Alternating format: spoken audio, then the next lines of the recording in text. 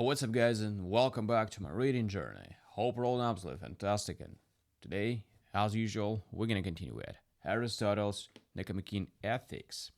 It's gonna be the final part of the ninth chapter of the fifth book. So let's get started. People think doing injustice is up to them. That is why they think that being just is also easy, but it is not. For lying with a neighbor's wife, wounding a neighbor, bribing, are all easy and up to us, but being in a certain state when we do them is not easy and not up to us. Similarly, people think it takes no wisdom to know the things that are just and unjust because it is not difficult to comprehend what the laws speak of. But these are not the things that are just, except coincidentally. Knowing how actions must be done and how distributions must be made, if they are to be just, takes more work than it takes to know about healthy things. And even in the case of healthy things, knowing about honey, wine, hellebore, burning, and cutting is easy, but knowing how these must be distributed to produce health, and to whom and when, takes all the work that it takes to be a doctor.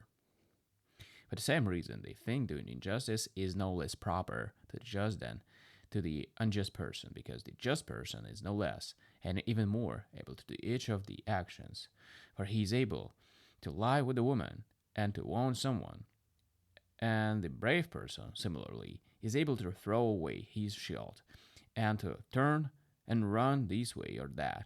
But doing acts of cowardice or injustice, he is not doing these actions, except coincidentally. It is being in a certain state when one does them.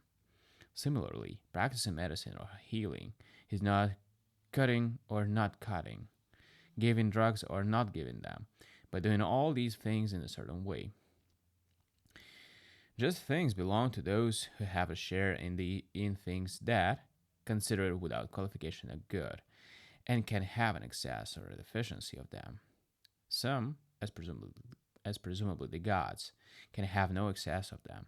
Others, the incurably evil, benefit from none of them, but are harmed by them all.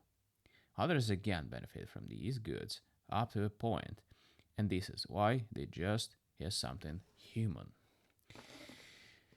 Alright, guys, so we've done with the ninth chapter completely, and we're going to continue tomorrow on the next one. Thank you for joining me today in this reading session, this video.